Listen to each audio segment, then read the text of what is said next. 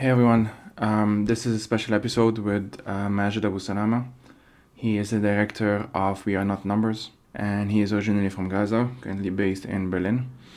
As we were planning to record this, Majed had to postpone because he heard that his family and basically the neighborhood and the family's building, as well as their neighbors, are being threatened to be bombed by the Israeli army, and we don't actually know when that's going to happen. There's about 30 of them right now stuck in that building. There's nowhere else to go. And of course, we're all hoping that Israel doesn't carry out their threats. So this is a pretty short interview. I'm going to try and do a number of them in the coming days and weeks. But yeah, thank you for listening and take care. So my name is Majed Abusalama. I'm a Palestinian writer, a director of We Are Not Numbers, and a political activist in Europe. I'm based in Berlin at the moment, and my family is in Gaza. Majed, we've been trying to record this for a couple of days now, and it just so happened that like pretty much a few hours ago you heard some pretty bad news. Can you just tell us what that was?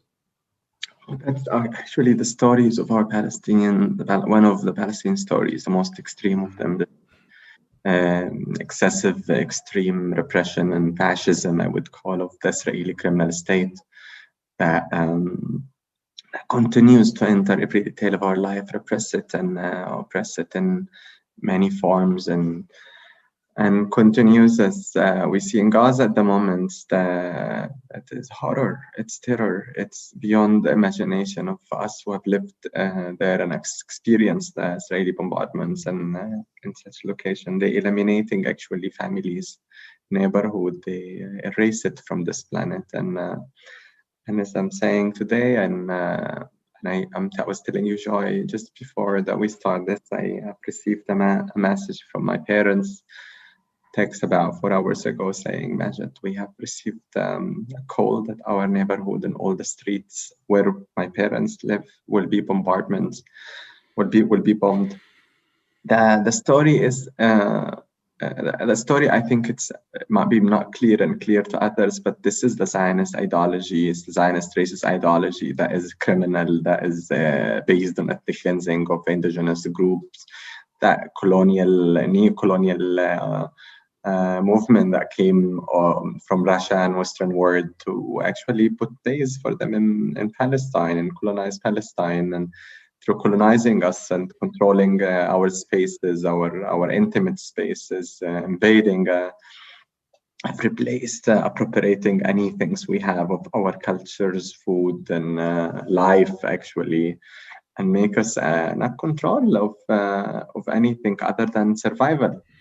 And there we see that my parents at the moment are at the edge of death. Actually, I might lose them tonight. You know, the problem is not my parents. The problem is that we have 30 people with my parents at home, and people we have more than 50,000 to 60,000 are outside, are in schools.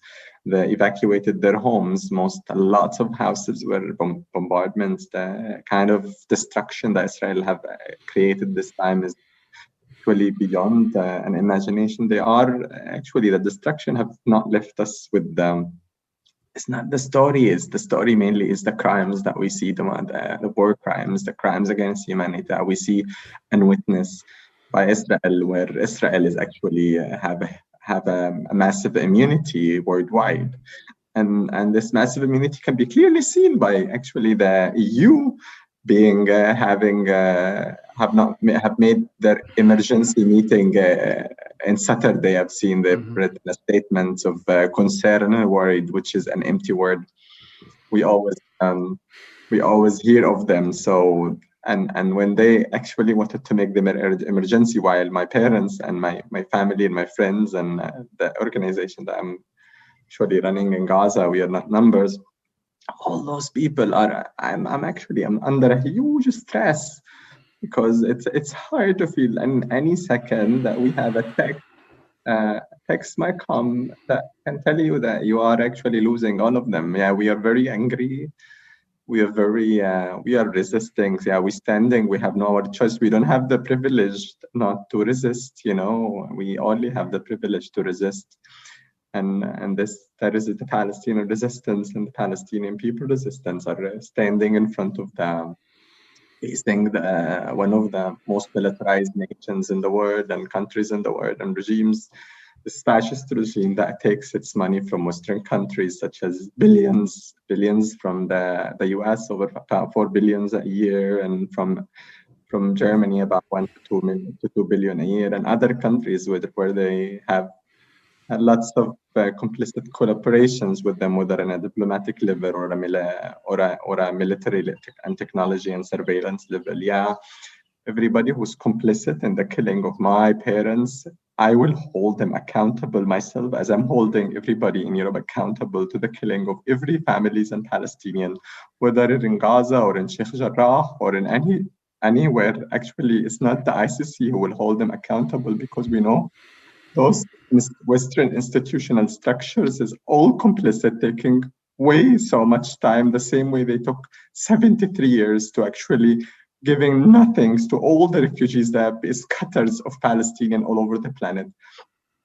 I think the demands of Palestinian is known. It's clear to us who are the enemy and who are the colonizer, and what is this settler colonial nature, the criminal, fascist natures that is making all this massacre and this slow and quick genocide that we are actually witnessing in the daily basis, not only because of this time where I'm standing with you, Joe, and telling you about my parents and my family, and we're witnessing Gaza, but I'm always thinking of how are we actually shrinking Gaza on those times, which is 2012, 2014, 2008, and we forgot that Gaza have been central to resisting oppression and military Israeli fascist criminal military law that try to put them in space where they just can be the terrorist, the one, the uncivilized, the orientalized, and they attack us as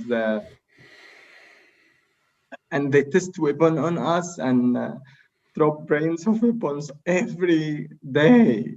It's warships are involved, drones, full technologies of drones and warplanes and new testing weapons. My mom a couple of days ago was saying they couldn't all the people go out of the street because they actually throwing gas in the air. People cannot breathe. We hear of stories that actually we're not able to send it and narrate it outside. Still, the media and the European media is very complicit in not telling the story and actually still normalizing us as those who actually always bomb them. They are normalizing us as a ghetto where it's fine if Israel bomb it every now and then because they just got used to us being part of this dirty game. It's what's happening is a huge farce that we don't want to get involved on, and what we want is our political rights to come. We're not a charity case. We're not a humanitarian case. We're a political movement, a political cause that is calling for Israel to withdraw completely from all of Palestine, 48 Palestine, and we call for we called for the right of return, we call for self-determination, we call for a just and equal solution. This is a basic right. We're not calling for radical or left or right. This is basic to anybody who actually knows what international law and human rights is about. Majed, I know you have to go soon. Very quickly, if that's okay with you, can you talk about We Are Not Numbers? Because I think you guys do an amazing work. We Are Not Numbers is a decolonized place where Palestinians actually amplify younger voices, making them narrate and archive the Palestinian everyday life within the Gaza Strip and beyond in the refugee camps in the Lebanon. And we have writers from West Bank and other places. The idea is to stop making Westerners talk about Palestine, making white people talk about Palestine, whatever experience they have in the field. I actually often as we see, they mislead things. Yeah, we have some good people in every place, but Palestinians have to step in and talk about their struggle, their rights, without being censored, silenced by anybody, including Facebook, Twitter, and all this social media that censor and attack and block any voice that speaks of the struggle of the Palestinian for liberation. So our voice is the voice of Gaza now. You can follow us and you can read of the stories that we try to do. We humanize the story while still talk about the politics of every person and every story. We talk what is behind numbers. So because there is a lot of dreams and memories and details that people forgot that those are human beings with a much than being a number that can be killed and murdered in any time by the Israeli criminal fascist forces. Majed, thanks a lot. I know you have to go. I hope everyone is safe. I know this is an empty wish at this point, but I hope so anyway. But thanks for your time. Yeah, I wish my family is safe. Thank you, Joe. Ciao. No worries. Bye.